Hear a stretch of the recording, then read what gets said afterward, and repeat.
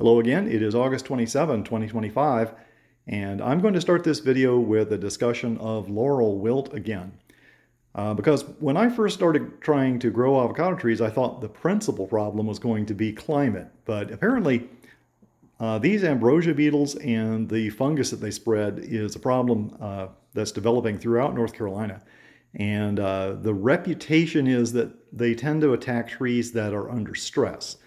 I've also read that the fungus develops in humid areas, so you can observe with me what happens if you start to get an infected tree, that the leaves are green and also drying out. Also, evidence of infection is when you have these protrusions called frass. So the beetle crawls into the stem or the trunk and starts to excavate a cavity to deposit eggs. You can't really do anything once it reaches this stage.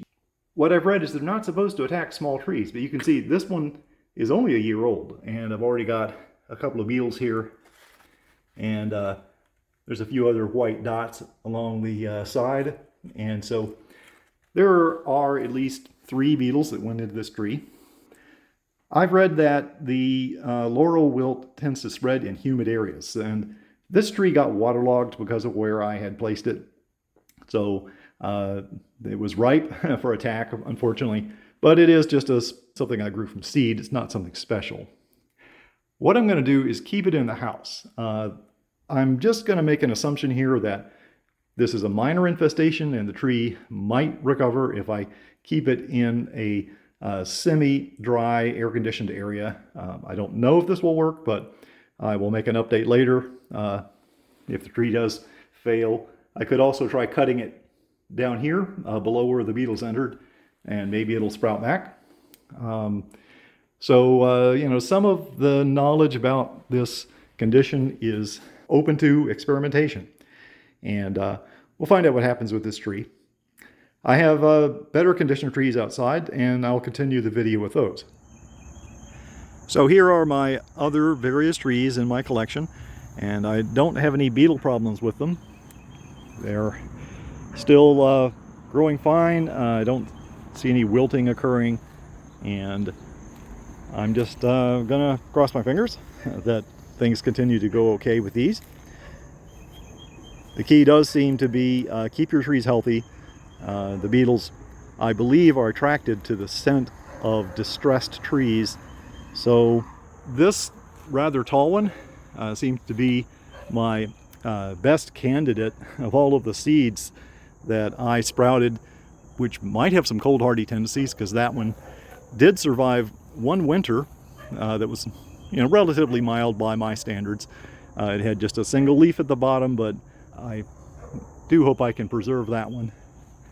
And over here I've got some other interesting trees. This is a rootstock that's left over from the Fuerte. It's left over from the Fuerte that I purchased.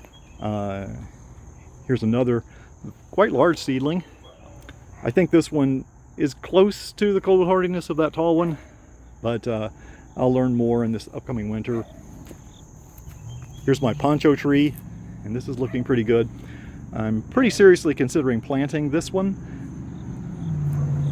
because it's quite tough, and it has these thick leaves that I've described before as being an indication of cold tolerance.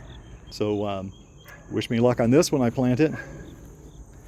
And that one is the mystery seedling I got from Oliver Moore in North Florida. Another one of the seedlings I grew. Here is my bacon tree, and I'm getting some flushing on this. And notice I've kept it in the shade all summer.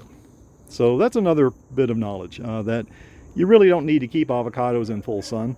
They can thrive in shade. And I'll walk around the back here and demonstrate how that Mexicola is growing. I had thought this Mexicola would make a flush by now, but apparently it's taking its time. This is still the first flush from the spring. I may be starting to get a few buds here, so hopefully I'll get a second flush before the winter arrives. But this looks healthy. It's starting to form bark up into the stems, so it'll be a preservation effort.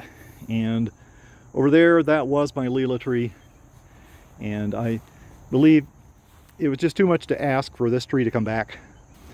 I will dig it out and be cautious and conservative. I'll even remove some of the soil just in case there's any fungus remaining from the Laurel Wilt that attacked it.